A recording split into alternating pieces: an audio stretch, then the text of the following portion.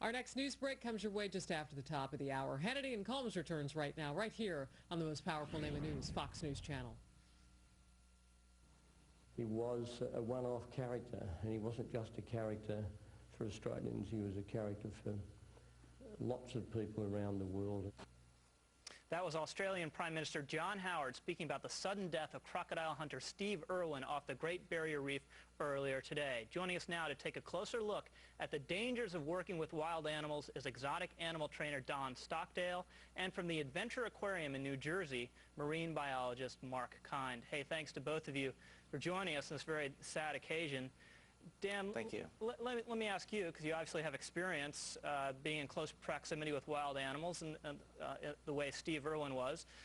Do you ever lose the sense of these things being wild and dangerous?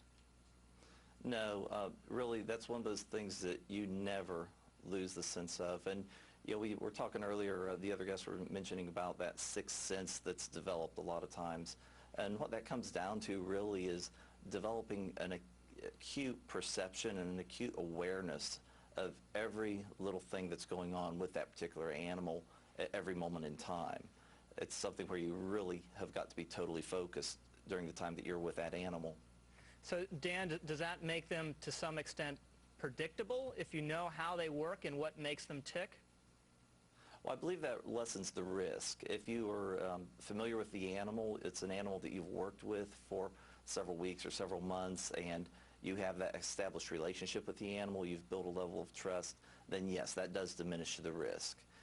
It's just when you begin getting into scenarios where Steve was having to operate with animals that he didn't have much familiarity with, that things become more risky. It's I kind of equate it in the animal business of, you know, walking along the edge of a cliff, and how close to the edge of that cliff do you want to walk, and that really determines how much flexibility you take with the animal, how well you perceive the animal, how the animal's acting at any particular moment in time.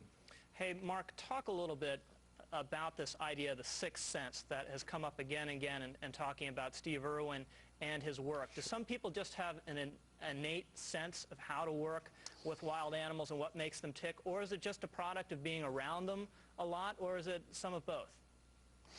Well, really, it's a little of both, but I will say that really when you start working with animals, you know whether you have it or not in the beginning, and you can learn it a little bit, but you do know when you start working with animals, you start to know how they're going to react, and so you can react before they actually make a move or go to do something, and it's really just a trained maneuver instead of a reaction to a wild animal. Hey, Mark and Dan, it's Alan. Thanks for being here. Steve Irwin was Sure. not without controversy.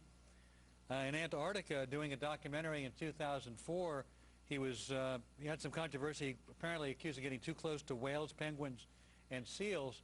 Then, of course, there was an issue during a show at the zoo. At his zoo, he held his one-month-old son in his arms and fed a chicken carcass to a large crocodile. Dan, was he ever, in your estimation, perhaps going too far and taking too many risks, specifically those incidents I mentioned?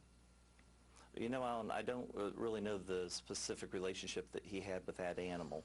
I prefer personally to operate in a little safer realm, okay? But he's the one that knew his relationship with that animal. He knew how that animal would respond in certain situations, and he chose to do that. Was it too risky? That's the question I don't think that there's a real black and white answer to. It's one of those situations where each trainer has to make the determination as to how far they can go with a particular Mark, animal. Rich raised the question a moment ago, no matter how well you know an animal, no matter how good a relationship you have with that particular animal, there is some level of unpredictability. How can you calculate that? Mark? Oh, I'm sorry. Well, just like Jack, Jim, and Dan all said, you really have to know the animals and, you know, really have a plan every time you work with animals like this when there is the potential for danger, and really be smart when you're working with them and be able to react accordingly. Hey, Dan, can you explain what the passion is that drives someone like Steve Irwin to do this for a living? The average person wouldn't wind up with this kind of profession. What is it inside of somebody that drives one to this kind of a lifestyle? You know, I believe all of us that are involved in the animal industry are driven primarily by one thing, and that's the conservation aspect. Steve Irwin did a fabulous job of bringing energy to his programs, bringing an exciting venue where young and old alike loved what he was doing, and they related to it and they understood it. And it really, I think, gave a lot of individuals a passion for animals that they otherwise would never have had. Hey, Dan and Mark, thanks so much for being with us tonight, and thanks for what you do and for your passion for animals, and stay safe. Coming up next, we'll go live to the Monterey Aquarium to give you a closer look at the type of animal that killed Steve Irwin.